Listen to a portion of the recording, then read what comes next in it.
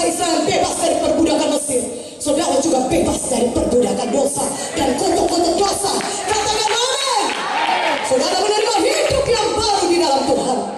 Nah, kalau saudara terima Yesus sebagai Tuhan dan Juru Selamat pribadi saudara, saudara tidak perlu lagi hidup dalam dosa. Saudara bisa hidup menang atas dosa. Ada kuasa Tuhan di dalam hidup saudara. Kalau saudara sudah menerima Yesus sebagai Tuhan dan Juru Selamat pribadi saudara, ada kuasa nama Yesus di dalam saudara. Firman Tuhan berkata, barang siapa yang ada dalam Kristus, ia adalah ciptaan yang baru. Yang lama sudah berlalu, sesungguhnya yang baru sudah datang. Jadi dalam Yesus saudara peroleh satu hidup yang baru. Hidup yang bebas dari dosa, menang dari dosa. Karena semua dosa saudara sudah ditanggung Yesus di kayu salib. Semua keterikatan dosa saudara, penyembahan berhala, saudara kehendak daging, manusia lama, sudah disalibkan Yesus. Sudah tersalib bersama Yesus di kayu salib. Sehingga ketika saudara menerima Yesus sebagai Tuhan dan Juru Selamat pribadi saudara, saudara bisa memulai satu hidup yang baru bersama Yesus. Hidup yang menang atas dosa. Katakan amin. Hidup menjadi hamba Tuhan yang dipakai Tuhan. Katakan amin. Hidup menjadi hamba Tuhan yang diurapi Tuhan. Amin. Kemana-mana saudara bawa kasih Tuhan, saudara bawa kuasa Tuhan yang mengubahkan hidup orang-orang lain. Saudara dipakai Tuhan luar biasa. Katakan amin. Itulah yang disediakan Tuhan bagi saudara. Tuhan mau saudara menerimanya, karena dia sudah mengalahkan maut. Kalau maut pun sudah dikalahkannya, apalagi dosa. Katakan amin. Haleluya. Itulah sebabnya kita yang percaya kepada Yesus, kita tidak lagi binasa, tapi kita bisa beroleh hidup yang kekal. Katakan amin. Haleluya. Bagaimana saudara menerima keselamatan itu? Saudara berkata, Tuhan berkata Roma 10 ayat 9 sampai 10. Barang siapa yang mengaku dengan mulutnya bahwa Yesus adalah Tuhan dan percaya dalam hatinya bahwa Allah telah membangkitkan dia dari antara orang mati, maka dia akan diselamatkan. Karena dengan hati kita percaya dan dibenarkan, dengan mulut kita mengaku dan diselamatkan.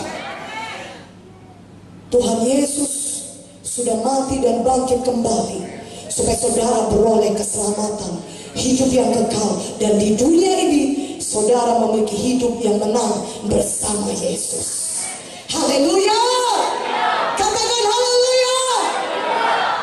Kolose 2:15 berkata, Tuhan Yesus telah melucuti segala pemerintah, kuasa-kuasa kegelapan, roh-roh jahat ini saudara. Tidak ada lagi kuasanya, karena Yesus sudah bangkit dari maut. Dia hidup, setan sudah dikalahkan, kuasa maut sudah dikalahkan. Yesus sudah menang. Dan kemenangan Yesus adalah kemenangan saudara juga. Karena itu kita sebagai anak-anak Tuhan, jangan ada lagi kita mau diikat oleh dosa. Jangan ada lagi kita mau diikat oleh manusia lama kita. Jangan ada lagi mau diikat oleh judi, narkoba, minuman keras, kenajisan. Karena Tuhan Yesus menang, kita juga menang bersama Yesus. Katakan amin. Jangan ada lagi kita yang mau sakit. Jangan ada lagi kita mau hidup dalam keberatan, dalam kesusahan, dalam stres, bahkan sampai mau bunuh diri. Itu semuanya pekerjaan setan. Karena dia datang mencuri, membunuh, membinasakan. Tapi Yesus datang, dia membinasakan semua pekerjaan setan. Katakan amin. Haleluya. Tahukah saudara, selama Yesus hidup di dunia ini saudaraku, dia mendemonstrasikan pelayanannya, menyucikan dosa manusia, menghapus dosa manusia, mengampuni dosa manusia, dan juga menyembuhkan penyakit-penyakit. Haleluya. Selama Yesus hidup di dunia ini saudara lihat, saudara baca di keempat Injil, Matius, Markus, Lukas, Yohanes, menceritakan mengenai pelayanan Yesus. Dan di situ dikatakan anak manusia datang untuk mengampuni dosa dan juga untuk menyembuhkan penyakit-penyakit. Katakan amin. Di Markus 2 saudara, pada saat ada orang lumpuh digotong oleh 4 orang kawannya, maka Yesus berkata kepada dia, imanmu telah menyelamatkan engkau.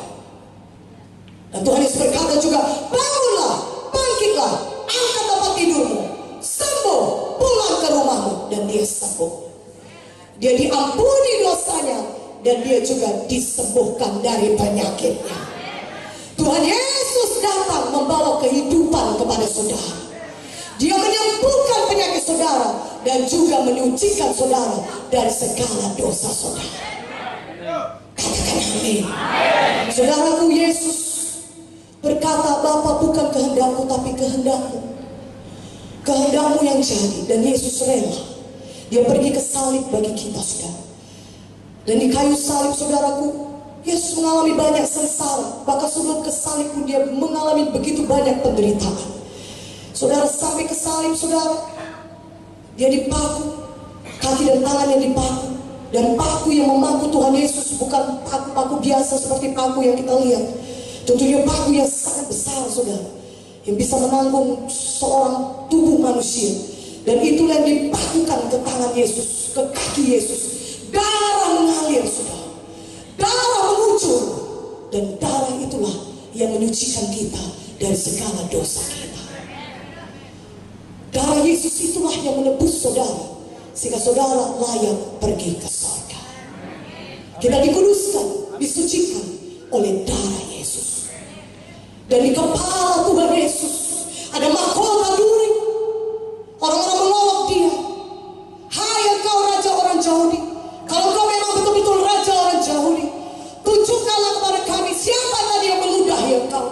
Siapa yang melakukan ini kepadamu? Turunlah dari kayu salib untuk membuktikan kau betul-betul raja. Yesus diejek, dihina, dipermalukan. Semuanya itu dialami Yesus, sengsara demikian, saudara, untuk membebaskan saya dan saudara dari dosa-dosa kita. Yesus tidak berdosa. Dia tidak melakukan dosa apapun. Itulah sebabnya korban darahnya berkenan kepada Bapa di sorga, dapat mendamaikan kita dengan Bapa di sorga. Berikan kemuliaan bagi Tuhan Yesus. Haleluya. Haleluya. Dia menjadi pengganti kita, substitusi kita. Seharusnya kita yang disalibkan, seharusnya kita yang dihukum karena dosa-dosa kita. Tapi Yesus datang menggantikan kita. Dia rela memberikan nyawanya, menanggung semua dosa kita, supaya kita yang percaya kepadanya tidak perlu lagi dihukum oleh karena dosa-dosa kita.